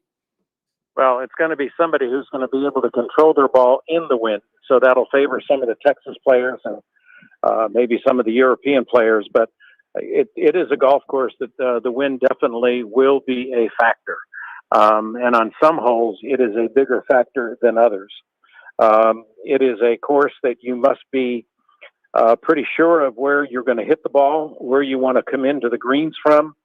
And it's a Pete Dye design that is very tricky, can be very hard. Again, the wind is going to be the key factor in this PGA Championship, where usually par is king. So, Rich, with all that said, and some of those keys you mentioned, who are some golfers you're looking at here as we enter the later part of the week and the start of the tournament? Well, if you kind of look at some of the past weeks, you can't leave out Justin Thomas. You can't leave out Jordan Spieth. Dustin's not been playing well, but, he hits the ball so far, and he is in control of his short game, which will also be a factor. I think Phil Mickelson, no. I don't think Phil's got a chance this week. But there's probably 15 or 20. I mean, Colin Morikawa is the defending champ. It's a very hard thing to do, to repeat and win a major back-to-back. Only a few have done it. Brooks Koepka has been one of them. But it's just going to be a tough golf course, and it just depends on these 15, 20 guys. Who's going to be able to, avoid the big numbers? Who's got their short game and their putting in line? And Rich, I mean, even sticking with Dustin Johnson, I mean, six consecutive tournaments without a top 10 finish. Does he get back? Is this a tournament that he could potentially get back to the winner's circle? Well, who knows, Ben? It just kind of depends on which Dustin shows up. I mean, the Dustin that's completely focused and is just swinging freely and is able to just, knock the ball down and hit these short shots into the greens and make putts. That's the Dustin Johnson, the world number one that we've come to know. But he's been having some issues. I think it could be a lack of focus. It could be a lack of playing. He may be hurt. Remember, he pulled out a couple weeks ago. So it just depends on which DJ is going to show up for the PGA Championship. And, a lot of golfers really practice all year long, and they play in the PGA tournaments in order to be able to play in the majors, and they focus totally on the majors. So, there could be somebody coming out from, down low or in the middle of the field sometime on Sunday in order to take this championship. Rich Stiles, host of the Back Nine Boys Golf Show, joins us. Rory McIlroy has played well as of late. A lot of talk about how he's refound his game, so to speak. Is he now back in playing well enough, in your estimation, to be considered one of those usual suspects when you start talking about major championship potential here? I think so. I mean, Rory came back and, won at Quail Hollow, and, that's a hard golf course. And it's just a good thing for him to be able to, come back and get in the winner's circle, which obviously is going to give him more confidence. He has added a new swing coach, and his old swing coach, which he's had forever, is they're working together, and Cowan is doing a good job with Rory and trying to help him get back to, the way he was swinging early when he was younger, and he was just, getting through the ball, and driving is not his issue. It's driving it where he wants to, trying to get in the fairway more often, kind of get more greens in regulation, and get that putting, which has usually been his downfall, but get that putting back to where he's able to have some birdies and have a chance at eagles on some of the par fives. Rich, the 30-year anniversary here of John Daly winning the PGA Championship as a 9th alternate. Take us back to that. I mean, how stunning was that? Oh, it was incredibly unbelievable. I think he probably would tell you the same thing, that from his mind, it was incredibly unbelievable that it even happened. But, you know, John Daly went into that tournament not expecting to do well. And John Daly came out of that tournament and he had no pressure on him. I mean, he was in there just trying to play the way he always did, and which was hit the ball long and far and just keep hitting it far until he gets it in the hole. He's got great hands, so his short game is just incredible.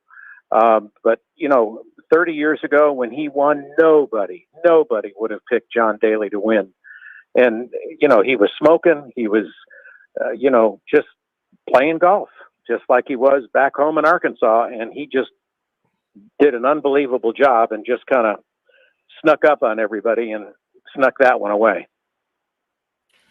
And Rich, I mean, when you talk about major sport events trying to get back to normalcy, I mean, 10,000 fans are going to be allowed per day. I mean, how anxious are those avid golf fans going to be to get back to see their favorite golfers? And how much better do you think it's going to make the sport trying to get back to having fans out there? Well, the golfers love having the fans because they love to hear them cheer when they have good shots. Sometimes when they can't even see the green, they know it's a good shot by the cheers from the crowd. The PGA's been, working with, 20% or, 10,000 people a day. And, it seems to be working. We haven't heard of any outbreaks that have caused concerns. And I just think the guys prefer to have the fans. One is that they love having the stands because sometimes the stands prevents the ball from going in the water or into a place that they've never been. So they have better aiming points rather than I'm going to hit it towards the guy in the blue shirt and hope it goes left. So, they can hit it into the 18th or any hole that's got a stands on it. It just makes a big difference to the players to have the fans, especially those with bigger galleries. It's just nice to be able to play in front of fans. Absolutely. And the PGA Championship coming up this week at Kiawah Island. Of course, Rich Stiles, host of the Back Nine Boys Golf Show, our guest here on 3 and Out. Rich, really appreciate the time. Thanks so much.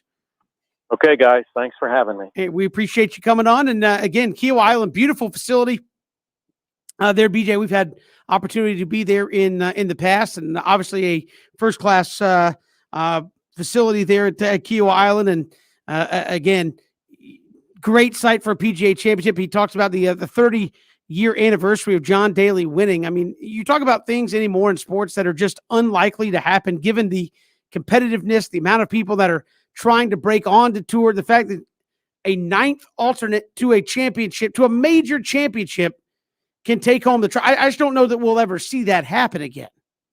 Truly absurd. I mean, Rich even said it. He said, look, John Daly didn't anticipate it, and he was just out there playing, and it played out the way it did. I mean, just absolutely remarkable. I wanted to ask you, Kevin, what he talked about playing Kiawah when you factor the wind, when you talk about, the course being on the marsh, being on the water. I mean, does that change the way, does that limit some of the aggressiveness, you think, of some of these big, powerful golfers? Well, I mean, we'll see. I know Bryson DeChambeau's been on the I'm going to overpower everybody quest throughout the course, but I think sometimes in major championships, it's not, and we even saw this with Tiger Woods, it's not how hard and how far you can hit it. It's how smart you can play the course. And for as far and as hard as Tiger Woods could hit it, he also played the course pretty smartly as well. So I think it's going to be the guy who's playing smartest, probably who's going to be there at the end. If you're overly aggressive, I think it'll come back to bite you. I know a lot of times U.S. Opens, PGA Championships, they like to try to throw some things out there to trip you up. And if you don't play the smartest, you can get yourself into trouble trying to be overly aggressive. So to me, it's the guy who plays the smartest around the course is going to be the most successful at the end of the day. Just again, I think if you go out and say, I'm going to overpower major, it's why everybody kind of chuckled at Bryson DeChambeau's like, I'm going to overpower Augusta. Okay, go ahead. Good luck with that. And we see where it got him. So I think it's the smart play is probably the one that leaves you in the best shape at the end of the day. Them caddies gonna be on full display. Kevin, whoever listens to them maintains they discipline, got a chance to come out there with a dub. And listen, I understand that the caddies and the golfers got some type of. I think you get a percentage of whatever the golfer wins. Hey man, you can always go back against that if you do indeed get first place. Give them a couple of extra dollars if they help you get that dub. We've got more to come here on 3 and Out all across the Southern Pigskin Radio Network, including a quick look at college football. Who are going to be some of the best units collectively that we're going to see this year in college football? Where are we looking for playmaking ability? We'll get to that next. It's 3 and Out all across the Southern Pigskin Radio Network. We're streaming live, ESPNCoastal.com. Also, again, catch us on Facebook, Twitter, and YouTube as well. Love to hear from you. Hit us up on Twitter at Pigskin Radio.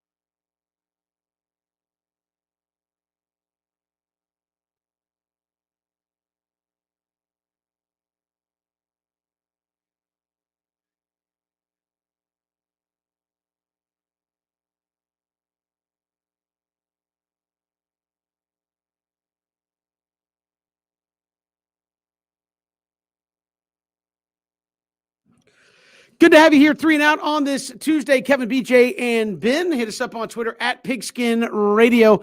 Glad you were with us here on the show. College football, it is closer than you think. We're getting right up to about the 2-month mark until fall practice can start again. So not that far off, and we'll be back at it with college football. But who's got some of the best units in college football? Where are we going to see some of the best ability in college football?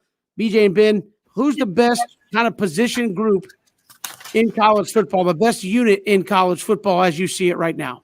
To me, I think it starts with Alabama's linebackers. I think that's the best group in the country, and you're going to have second teamers with starting experience. 5-star true freshmen who may not be on the depth chart right away. But if you look at their 4 starters as Christian Harris, Will Anderson, Chris Allen, and Henry To'o, and remember he transferred over from Tennessee's leading tackler last year. Those 4 guys combined for 248 tackles and 41.5 tackles for loss last year alone. And I think each of those guys are All-American candidates. And I know it sounds crazy to say, wait, all 4 of your starting linebackers are going to be All-American candidates? Yes.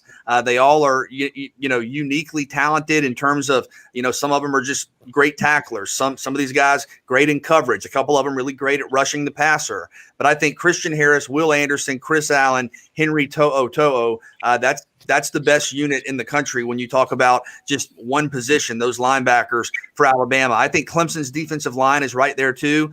Miles Murphy, KJ Henry, Justin Foster, who's back, Xavier Thomas, Brian Brsay, Tyler Davis. Clemson was second in the nation in tackles for loss last year. They were 7th in the country, allowed 3.09 yards per rush attempt. That unit is great. And a couple of those guys were freshmen last year who should only take steps forward. And then for me, I'll say number 3, Ohio State pass catchers. You talk about the star wide receivers, Chris Olave and Garrett Wilson. Both of those guys are probably going to be first-round picks. Then you got a really good tight end in Jeremy Ruckert, who had 5 touchdowns last year. So I'll say Alabama linebackers, Clemson defensive line, and Ohio State pass catchers. I mean, BJ, I'm ashamed at you. When I heard this linebacker position, man, I thought you're gonna go straight to these guys, man. Alabama is the barometer. You could pick them for every position when you talk about being the best. But for me, I think the Arkansas linebackers don't get enough love. I mean, Bumper Pool. The guy's name is Bumper Pool, and that guy was built to hit people. They get Grant Morgan back. They add the guys like Julius Coates and Dorian Gerald. This is going to be a group, BJ, that's going to be the heart and soul of that defense. And really, they hit everything that moves. They don't do nothing exceptionally well, but they're very, very efficient across the board. Guys that do not come off the field. I mean, when you talk about the wide receivers, though, I think it starts and ends with Oklahoma. I mean, when you look at, obviously, I got a up close and personal look at those guys last year, in the bowl game, but Marvin Mims and, Trajan Bridges. I mean, Mike Wood's going to be replacing, Charleston Rambo, Drake Stoops, and Jaden Hazelwood, and the Theo brothers of Weiss and Howard. They're going to be able to have a guy in Spencer Rattler, BJ, that's going to make life really, really hard, for opposing defenses. Defensive line, I'm going to go to Athens. I mean, all you've been hearing about is how well this defensive line is going to be led by, the alpha male Jordan Davis. I mean, opted to not go to the NFL last year to come back for his senior season. I mean, you talking about Devontae Wyatt and Jalen Carter. Malik Herring going to be replaced by Trayvon Walker. Now, I got Adam Anderson and Nolan Smith kind of in that a little bit because both of those guys definitely rush the passer. But I want to see because they're going to have to make up for that back end. That secondary is not going to be good this year. And for me, the secondary is a team that played the Georgia Bulldogs, in the Chick-fil-A Peach Bowl, and that's going to be Cincinnati. Cincinnati got a lot of guys that they roll in the roll out. You talking about Amari Gardner, you talking about Kobe Bryant, Kobe with a C, not with a K. You talking about Aquan, Budge, you talking about Javon Hicks, Brian Cook. I mean, Kobe Bryant, the grad assistant. The grad student, 35 tackles, 4 INTs last year. They play and plug a lot of guys. Both of their starting corners are both first-team All-AC. I think when you look at what Cincinnati wants to do on defense, it starts and ends, with that secondary, guys that can play both the nickel, the dime. They can also move in at the safety position. I was very, very, very impressed with Cincinnati last year in the bowl game. They was going stride for stride with those receivers all game. The reason why the game came down to a over 50-something yard field goal because they tracked the ball very, very well in the air. So shout out to them Bearcats, which I know it's going to be all about they star QB. But watch out for that secondary for Cincinnati, man. Those boys going to play some big-time ball. And again, BJ, if you're going to put importance on one of these, if you're going to have the best unit in college football? I know you said Alabama's got the best linebackers and they are the deepest in college football for any one unit. Which one is the most important to be the best at if you're going to choose? Just one. Don't say, well, no, just one. Yeah, good question. I think defensive line. I just think so much of what you do in college football, especially, starts with your ability to win defensively up front. And keep in mind that's two different things now. And that's the ability to rush the passer, but also be sound in run defense. And I know those are kind of split responsibilities sometimes when you talk about the defensive ends or the outside linebackers and the interior defensive linemen. You were talking about those great playmakers for Georgia. But I think you look at Clemson. Clemson's defensive line, probably 3 deep, if we're being honest, 2 deep, obviously, with NFL guys, multiple All-American candidates up front. And I think when you look at football teams, right, a lot of things are kind of dependent on the game. Is your passing attack proficient? Well, that depends on a lot of things. Are you able to run the football? We'll see. How does your secondary hold up? Well, it depends. Some of that stuff changes week to week. When you have an elite defensive line, and it manifests itself in different ways. You're consistently putting pressure on the opponent. You're making life hard on the quarterback. You're making, the running game, which can impact the game in so many different ways, impossible to come by. And I think if you look at elite teams in college football over the last decade, over the last 5 years, who do you think about? Clemson, Alabama, Ohio State. I think these are teams that have had elite defensive lines, Georgia to a certain extent, and you've seen that reflected in the recruiting rankings, in the All-American, list, in the NFL draft. I think the defensive line is where you want to be elite in college football. I do agree with the defensive line, but I think it just depends on the team. I keep going back to Arkansas. And what those linebackers mean to not just that defense, but what they do, for the team as a whole. Bumper Pool, Grant Morgan, Julius Coates, as well as Dorian Gerald. Now, this is a name to add into that, even though he doesn't play linebacker, and that's Jalen Catalon. Now, he is a safety, but he is this guy wants to hit everything that moves as well. I think he was like second in the team in tackles. What happens is too, I just keep going back to the Super Bowl. When you look at what those two linebackers did for Tampa Bay, I just think that we get so caught up in what the D-line can do. When you got linebackers that do not come off the field, when you got linebackers that they can run and hit, they can blitz, they can get into throwing lanes, they can make plays with the football once they get tackles for loss, forcing fumbles, and getting off the field on third down. I think we're getting back to more of that, watching these linebackers that do everything linebackers, to play 3 downs, don't come off the field. When you're talking about most teams bringing the nickel back when you go 3 wides. No, they just sliding that wheel linebacker out there. Bumper Pool said, look, man, I hit wide receivers too. You want to come out here, you want this smoke? I don't win no cowboy, but he doesn't come out the field. But like I said, be watching out for Jalen Catalon, who is a safety, but he's like an extension of that linebacker core, because that guy, he's a big time player. So I love the defensive line, but I think if what you make up for a bad or okay defensive line is stellar linebacker play, watch out for the Arkansas boys. Those boys got some of the best in the country. They will be playing on Sunday. Kevin, we had some breaking news there. We didn't get a Florida position group. I thought, defensive back. I thought there was a chance that Florida's going to be really good in the secondary, really good on defense. I'm surprised you didn't go with a group from the Gators there. Listen, at the end of the day, man, I didn't pack my front running shoes today. If I would have packed them, I would have put them on, and I would have. BJ, you already know. The linebackers, the corners, maybe. Listen, BJ, Kevin, yesterday, right? BJ was like, "Hey, man, who's going to be really good for Florida this year, on defense?" I said, who? Ventrell Miller? Who? Zachary Carter? Or Javon Dexter? Kyer Elam? Diabate? Don't get me to talk about them boys. It's going to be a good group. It's going to be a good group. They better be a good group, because we're going to need them to be stellar, because at the end of the day, our defensive coordinator, Ty Grantham, you make too much money for the defense to look that bad. I'm just saying, Christian told me about you, but, hopefully you can get it back to looking halfway decent this year. Ty Grantham has been around. He's been at multiple stops and made a bunch of cheese too. Made a bunch of money. It's cool. He's a good defensive coordinator. Yeah. Third down, not necessarily his specialty. That's all I'm saying.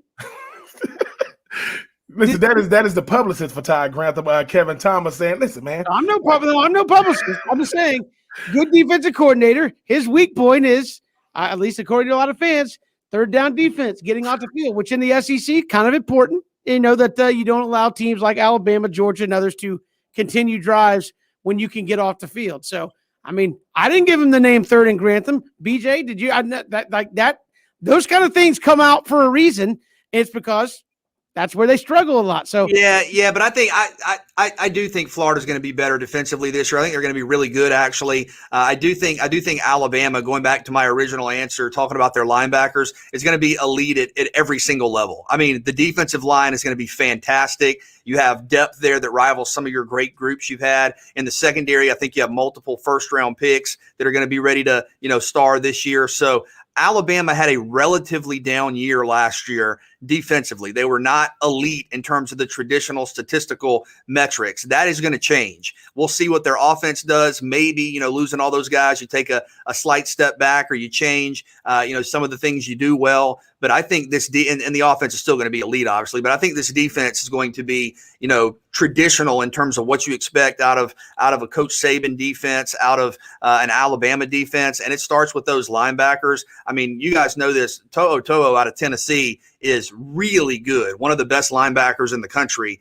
And for him to join up with Harris and Allen and Anderson, that is just scary in the middle of that defense. But that D-line is going to be great. That secondary is going to be great. I think Alabama and Clemson probably on paper the best defenses in the country. we've got more to come here on 3 and Out. Stick with us all across the Southern Pigskin Radio Network, streaming live, ESPNCoastal.com. Also, join us on Facebook, Twitter, YouTube. You can see us streaming live there as well. Hit us up on Twitter at Pigskin Radio.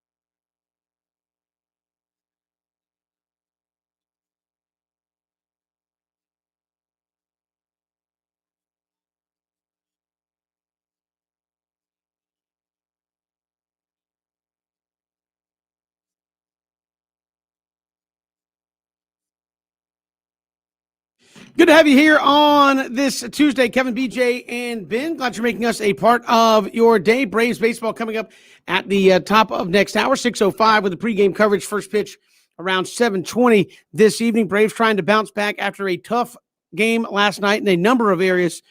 Max Fried left with cramps in his hand. Then you had Jacob Webb hitting Kevin Pillar in the face, and that just kind of got everybody there in the ballpark and watching.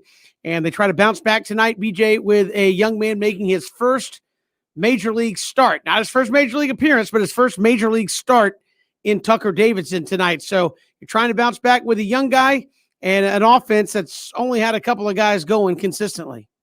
And of course, there's some unknown with Davidson, and you're talking about a level of excitement, I think, too, given that he's a highly regarded prospect. But you're going to need some production offensively more than you had last night, obviously. And I think at some point, the pressure is going to be where it's been all year, Kevin, and that's the bullpen. And I want to ask you and Ben kind of what Chris Domino was talking about. You look in the bullpen, Chris Martin right now is probably your best reliever or Luke Jackson, but Chris Martin has only pitched 3 innings, 3 2/3 innings. So he's not being used that often. I think Luke Jackson is a sort of a situational specific pitcher, and he's been really good. Tyler Matzik, he's been good. His ERA is 3.18. After that, Edgar Santana, his ERA is 4.5. Will Smith, 4.58. Grant Dayton, 5. You look at Jacob Webb, his is 5.52. You look at Sean Newcomb, 6.52. You look at Josh Tomlin, 6.86. I mean, if you have a situation, and you never know what's going to happen, but if you have to go to the pen in the third or fourth inning, and we've seen that with guys like Charlie Morton, much less Tucker Davidson. I mean, Kevin, what in the world? What's the plan? What's the plan? Going to be a long night. That's the plan. If it gets to that point. But I mean, I think it kind of tells you all you need to know about the state of the Braves bullpen right now, where, I mean, with a quite serious face, you said your most reliable option has been Luke Jackson, which Braves fans have kind of made it their side game to kind of stay on him about him coming into certain situations. But that's a guy that at the beginning of the year, you're like, Luke Jackson's a 6th or 7th inning guy, maybe, who can come in and get you some ground ball outs with that slider. So the fact that he's your best option right now is probably not very comforting to Brian Snitker and the coaching staff when they have to go out there. So I think you hope for 5 innings and try to make this as, quote, short a game as possible with your start. But even that, let's say you get 5 innings, and I think that would be a win. Okay, well, I'm asking both of you, then what? What's your approach? Seriously, be the manager, be Snitker. What are you doing after 5? Probably depends on what the score is, but I'm probably going, Josh Tomlin to get me as far as I can, then hope I can get the rest of the way with Jackson, Matzik, and Will Smith to kind of finish it up. I think Will Smith had a bad outing his first go-around, and again, when you're pitching 1 inning a night, if you have the first bad outing, it takes you 3 or 4 good appearances to really get your ERA to somewhat respectable. But, I mean, I think that's how I would play it. Obviously, there could be potential situational things that would come up that you would like if you want a lefty for 3 batters or what have you. But I'm going to a bridge guy in Tomlin who can go a couple innings if need be, and then try to play it as straight up as possible from there with Matzik and Luke Jackson and Will Smith the rest of the way. I mean, Luke Jackson is, obviously Braves fans going to always have something to say about him because of what happened a couple of years ago. But I will say this. Will Smith, Kevin, was supposed to be that guy in the offseason everybody was talking about. He's going to be, that guy when you go to the bullpen, hasn't lived up to it. Sean Newcomb is the guy I would definitely go to as well. But the thing about it is, if they do pitch well, not only is it shocking to us, it's shocking to them, because they haven't been consistent enough. I think what happens is, you remember, was it a week ago, everybody was saying, well, maybe Snitker needs to get fired. He don't know what he's doing with the bullpen. I mean, what does he do? Like, who do I pick? BJ's going through, 5, and this and 6 dad and all. Nobody has a good ERA right now. When you talk about the bullpen, you just got to live with the result. I feel bad for Tucker, because he's going into a game. When you say, at least, I don't know what the expectation is for him, that sounds like the bullpen. Like, what does the bullpen say to him when he runs? I have a good game, Tucker. What? Based off what? Even if I'm doing what, like I said yesterday, Kevin, Max Fried looks like Max Fried. You don't even remember it because you lose when he goes out the game. So I just think that when it comes to this bullpen, you got to hope for the best, prepare for the worst, what we've been doing since the opening day. and hopefully this bullpen will find a way to start playing better collectively. Because if I know if I'm gonna get pulled anyway, what incentive do I have to go out there and play well at all? Well, I just look at this team and I think they need another spark of some kind, somebody to kind of take hold and say, I got this in a big spot. And I would say the same goes for the offense, BJ. I mean, again, you go back to last night and Chris Domino brought that up. And we talked to him. You got a runner on late. The tying runs at the plate, and you had back-to-back bad at-bats. I mean, Freddie Freeman gets on. The pitcher hadn't thrown a strike in 5-6 pitches, and both Marcell Ozuna and Ozzie Albies swing at the first pitch. Now, I know there's a rule of thought that says, hey, maybe the first pitch is the best pitch you see all at bat. But when a guy hasn't been throwing a strike, I think at that point he was 7 pitches and 6 of them were balls, and you're going up there hacking at the first pitch. That's not a professional approach late in the game in the 9th inning. So I think some of it is just you've got to be situationally better, more aware of what's going on, put up better at bats if you're the Braves, and hopefully that pays off for you. I thought that was a kind of key example last night where the team has been struggling, and you kind of let the Mets off the hook swinging at the first pitch with a guy struggling on the mound to get it over the plate. So I think some of that needs to happen offensively, and I think it's not just one area that needs to kind of shoulder the load. It's a couple of areas that have got to improve if this team wants to win consistently going into the big summer months.